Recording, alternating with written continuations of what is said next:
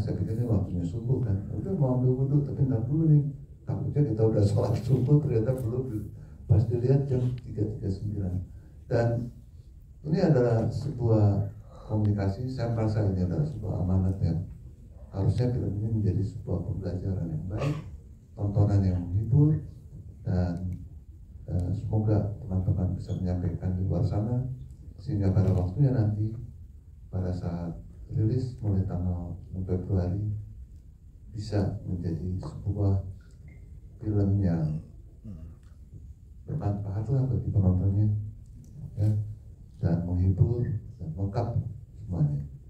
Intinya itu saja, dan dalam kesempatan ini saya mengucapkan terima kasih kepada semua tim yang sudah terlibat, termasuk Ibu Nunung Nurmalasari.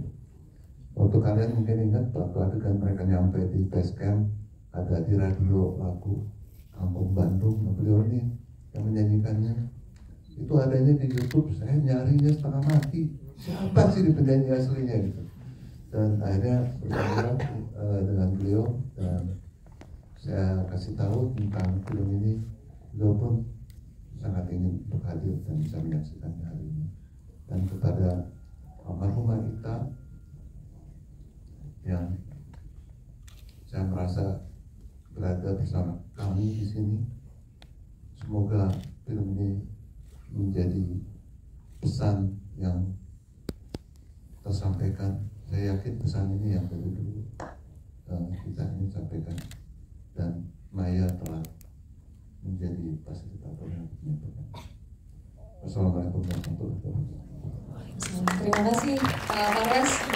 Sudah disampaikan bagaimana diharapkan film ini bisa menjadi amanat, tidak hanya sebatas hiburan, tapi memiliki pesan yang juga dalam. Nah, saya ke sebelahnya Pak Parwes. Di sini ada Mas Mitu nih. Seperti yang Pak Parwes sempat mention tadi di awal, bagaimana beberapa para cast ini ternyata ada yang belum pernah mendaki, jadi harus belajar lagi. Tapi pertanyaannya, apa yang Mas Mitu lakukan untuk meyakinkan para cast ini untuk ambil bagian di film Petaka Gunung Kidul? Oke, selamat sore semuanya. Assalamualaikum. Tentunya waktu kita menawarkan cerita yang menarik, mereka akhirnya juga mau. Akhirnya, selain mereka syuting dengan experience yang baru, pengalaman yang baru, tapi mereka juga bisa healing di atas gunung itu. Tentunya kalau saya lihat behind the scene ya, itu berat banget mereka syutingnya di sana. Dan saya yakin dengan kekompakan mereka bertujuh dan kru, itu semua bisa dilakukan dengan baik gitu. Dan kayaknya mereka kompak gitu. Sempat mereka juga cerita bahwa kalau ada satu yang takut tuh mereka bareng-bareng gitu, masuk camp bareng-bareng gitu. Ya itu sih, bonding itu sih yang menjadi ada di film ini juga gitu. Dan bondingnya memang terasa sekali, bagaimana 7 orang ini walaupun baru bertemu di set dan juga di reading, kelihatan kayak udah natural aja ya. Betul. Karena emang karena ditaruh di tempat alam yang real, ya itu yang menjadi bonding, itu yang menjadi real juga gitu. Seperti itu sih. Oke, nanti kita akan tanya-tanya ke para cast khususnya 7 orang tadi bagaimana kisah mereka mendaki gunung. Dan sebelum ke para cast dan sutradara, saya mau ke Mbak Maya terlebih dahulu. Teh Maya. Ketika saya lihat YouTube-nya Ita gitu kan, saya tertarik banget karena ceritanya tuh bukan cuma sekedar cerita horor aja, tapi ini tentang persahabatan. Justru di situ yang sebenarnya, jadi ketika nonton YouTube-nya itu cuma bukan kayak kita biasa kan kalau YouTube podcast itu kita horor-horor aja gitu, tapi di situ kayak menyentuh banget gimana seorang Ita berusaha untuk melindungi, seorang Maya berusaha untuk melindungi sahabatnya, terus bagaimana kedua anak ini saling mencintai satu sama lain, saling loyal satu sama lain gitu. Jadi kekuatannya itu sebenarnya di persahabatannya mereka. Terus gimana caranya Maya untuk mencari tahu gitu sebenarnya apa sih yang terjadi sama sahabatnya ini gitu. Nah, ketika saya nonton YouTube-nya memang sampai akhir itu kita nggak tahu sebenarnya apa sih yang terjadi sama Maya gitu, karena mungkin pada saat itu sama Ita, tapi mungkin pada saat itu Maya belum berani untuk menceritakannya gitu. Nah, jadi ketika proses untuk membuat skripnya, saya duduk bareng dulu sama Maya, terus saya tanya gitu kan sebenarnya apa yang terjadi. Karena kalau untuk filmnya paling enggak nih kita harus selesaikan, kita harus tahu gitu kan. Akhirnya Maya juga bilang, iya memang ini saatnya dia untuk menceritakannya karena dia juga sudah izin juga dengan keluarganya kita sendiri. Jangan terlalu berlebihan, jangan terlalu lebay secara permainan tiap adegannya kayak gitu. Terus saya juga tidak menerapkan practical scene yang sehingga mereka jadi eksak kayak gitu. Jadi biar mengalir aja kayak gitu loh. Nah ini yang mencoba saya terapkan gitu. Treatment ini yang saya coba terapkan mulai dari persiapan sampai syuting pun sama. Kayak gitu. Kadang-kadang ada pemain yang nggak saya kasih tahu akan ada apa di depan kayak gitu. Jadi seakan-akan biar aja mereka yang akan merasakan bagaimana perjalanan naik ke atas gunung gede ini sendiri kayak gitu. Nah ini yang coba saya biasakan waktu selama persiapan kayak gitu, dan sangat luar biasa ya. Itu juga kita juga dibantu dengan 150 porter ya, 150 porter untuk kita syuting di atas selama seminggu, tidur camping di mana, di Surya Kencana kayak gitu. Terus ada di sisi Telaga Biru juga kayak gitu. Maya juga sempat hadir juga di sana waktu itu, dan itu jadi energi bagi saya kayak gitu loh, untuk bahwa semua peduli dan bangga gitu ada di sini. Dan saya pun sampai hari ini juga masa ini suatu film yang sangat beda lagi, dan saya bangga berada di sini. Dan saya nggak tahu Pak, kalau Bapak nggak kasih ke saya mungkin nih jadi nyesel saya. Gitu. Untuknya sudah dapat gitu ya. Sih. Ya, tapi di sini yang penasaran juga karena settingannya berbeda dengan masa kini nih Bang. 2007 kalau syuting sekitar 2024 itu bagaimana mengakalinya? Karena kan kalau kita lihat beberapa hal itu pasti berubah, terutama lokasi atau bagaimana? Ya karena secara lokasi dan lainnya juga kita selalu menginput ya data-data gitu loh, kayak dari tim Astrada saya dan Art selalu bersinergi gitu ya, mencari data, dan tim produksi juga mencari tahu foto-foto di era tahun pendakian di antara tahun 90-an sampai 2010 kayak gitu. Jadi di situ kita coba untuk menganalisa gitu, kayak misalnya mereka berhenti kalau di ceritanya temanya yang ditulis Mbak Upi kan, ada mereka berhenti di Telaga Biru. Bagaimana Telaga Biru yang sekarang dan bagaimana Telaga Biru yang dulu kayak gitu loh. Jadi kayak di Telaga Biru itu sebenarnya sudah mulai di tahun sekarang tuh udah mulai apa ya, lebih rapi ya misalnya gitu ya, lebih tertata. Jadi sehingga ada beberapa angle yang harus kita hindarin gitu, karena terus terang saya tidak mau menyentuh visual effect yang berlebihan kayak gitu, karena ini rasanya ini yang kayak tadi aja kalau dilihat Telaga Putri Telaga aja itu kita benar-benar syuting di Telaga Biru dengan pakai sling kayak gitu. Jadi itu bukan green screen kayak gitu. Jadi memang sampai segitunya saya memaksakan syuting ini gitu secara real gitu loh. Jadi secara orang aja waktu pas naik gunung aja bingung, padahal di situ nggak boleh camping ya, ada mitosnya kayak gitu. Tapi kok ini kok orang-orang ada sekitar 100-an orang kok camping di sini gitu, karena ada mitosnya kan kalau lewatin Telaga Biru itu nggak boleh berhenti saat maghrib. Nah ini malah camping di situ kan gitu. Ya alhamdulillah semuanya alam mendukung kita kayak gitu. Maksudnya niat yang positif kayak gitu. Baik, terima kasih Mas. Ini udah di lain Bang Kino yang kasih tahu saya emosinya seberapa, tapi ketika di set itu semua berubah gitu. Nggak tahu kenapa tiba-tiba itu ke bawah. Tapi memang ini merupakan tantangan buat saya. Ini juga film, alhamdulillah merupakan film pertama di tahun ini, dan alhamdulillah dapat filmnya juga film bagus. Jadi ya prosesnya lumayan menyenangkan, walaupun berat gitu ya, nangis-nangis terus, tapi alhamdulillah semuanya bisa berjalan dengan lancar. Scene saya memang terbanyak adalah connect-nya hanya dengan Ita dan Maya, tapi kita bertiga benar-benar bisa ngerasain. Jadi pada saat scene tertentu kita ada waktu yang memang kita berpelukan bertiga, kita mencari emosi bertiga, kita benar-benar nangis bertiga ketika belum take gitu. Jadi pas pada saat take itu semua mengalir sangat baik gitu. Jadi emosinya memang digodok banget di situ gitu. Jadi saya rasa sih itu aja.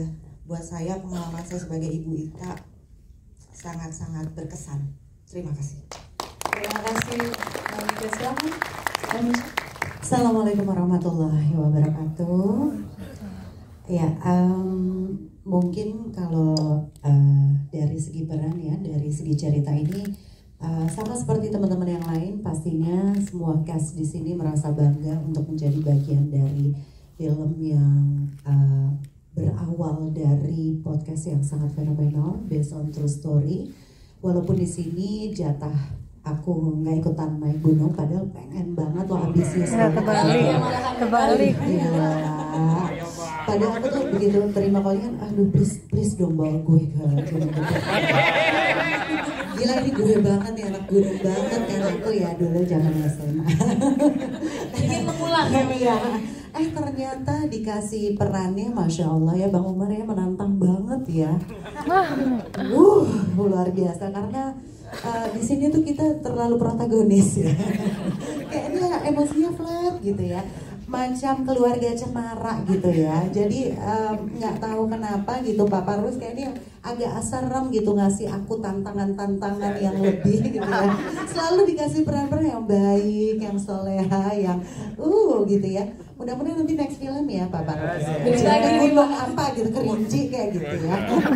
Tapi semuanya buat aku menyenangkan sekali film ini, ketemu dengan anak-anak muda yang luar biasa, energinya gitu ya, dan juga digarap dengan Bang Kinoy, Mbak Upi, semua orang-orang di balik layar yang hebat-hebat, luar biasa. Jadi aku optimis banget dengan film ini akan menjadi box office. Ayo dong tepuk tangan. Amin. Mudah-mudahan film ini banyak manfaatnya dan juga mengajarkan banyak hal-hal baik tentang persahabatan. Betapa Maya dan juga Ita, mereka best friend forever ya. Jadi bestie forever. Mudah-mudahan mereka nanti bisa bertemu di surganya Allah dan menjadikan film ini sebagai sebuah masterpiece gitu. Sekian. Terima kasih, langsung geser peran yang juga protagonis ya. Iya, tadi seperti yang disampaikan oleh Misha itu benar banget ya. Ini bisa dianggap bukan keluarga cemara lagi. Ini keluarga sendok jatuh aja belum pernah gitu. Saking halusnya. Jadi kemarin kita sudah main halus nih. Untung diingatkan sama Bang Kinoy. Ini keluarga. Mungkin nggak pernah dengar teriakan sendok jatuh aja nggak pernah gitu. Oh, kita halusin lagi akhirnya. Ya, terima kasih semua kepada Pak Parwes, Bang Kinoy dan seluruh cast ya, sudah kita diberi kesempatan untuk main bersama dan mudah-mudahan ini bisa jadi box office. Karena pemain-pemainnya juga masya Allah bagus-bagus, ceritanya juga bagus. Terus kemudian Gunung Gede juga itu familiar dengan kita semua ya. Oke. Sampai ketemu lagi. Singkat, padat dan jelas gitu ya. Udah Bang, pokoknya lo asik aja. Asik gimana? Asiknya misterius. Iya, tapi begini. Tapi yang pasti saya senang gitu ya, bahagia, bangga juga bisa terlibat di produksi yang ceritanya sangat baik, ditulis dengan sangat baik, dan disutradarai dengan sangat baik pula. Terlibat dengan para cast yang orang-orang yang tekun dan serius, dan terima kasih tentunya buat Pak Parwes, Mintu, dan Bang Kino dan juga Mbak Upi untuk kesempatan. Thank you. Oke, jawaban saja misterius ya. Saya minta tepuk tangan teman-teman. Saya ke Ibu Nunung di sebelah. Ini tadi menyinggung sedikit seperti kata Pak Parwes di awal. Lagunya langsung menarik perhatian walaupun susah sekali carinya. Akhirnya ketika ketemu, bagaimana Bu? Akhirnya mau nih saya terlibat di proyek ini. Terima kasih sayang. Assalamualaikum warahmatullahi wabarakatuh. Wilujeng tepang sadayana inu gelis nu kasih. Terima kasih saya dipertemukan dengan anak-anak yang semangatnya luar biasa. Sebetulnya saya itu merasa, kalau kata orang Sunda itu reus ya, seorang Bapak Parwes kok mau-maunya nelpon saya yang seorang apa gitu ya. Kalau kata Pak Parwes, ibu artis ya, tapi saya artis dari lembur gitu. Tadinya puntennya Pak Parwes berapa hari saya nggak buka itu chatnya, karena sekarang itu suka banyak hoak-hoak gitu, takut gitu ya. Iya, namanya saya nggak asing, cuman kan takut gitu ya Pak ya. Cuman ketika WA terakhir, beliau menyebutkan bahwa saya dapat telepon Teh Nunung itu dari Kang Dalang Dadan Sunandar Sunaria gitu. Nah, baru saya buka. Dan saya itu pertama itu maaf ya Pak ya, bilang usu gitu. Dikirain teh masih kayak Cep Denden gitu. Aduh, maaf kalau saya cucungah kalau kata orang Sunda ya. Ya akhirnya beliau meminta saya, katanya mau memakai lagu Kanggung Bandung. Saya bilang, Pak, itu bukan lagu saya, bukan ciptaan saya gitu. Tapi memang yang menyanyikannya saya. Itu nonim gitu ya. Nggak apa-apa kata beliau. Saya mau pakai, oh mangga gitu, alhamdulillah. Terus saya mau ngasih uang berapa gitu. Loh, kenapa saya dikasih uang gitu kan ya? Ya tapi kalau dikasih ya alhamdulillah gitu ya. Begitu. Jadi saya bersyukur sekali. Beliau itu seorang yang hebat, tapi masih mau apresiasi terhadap lagu tradisional. Itu jarang sekali ya saya.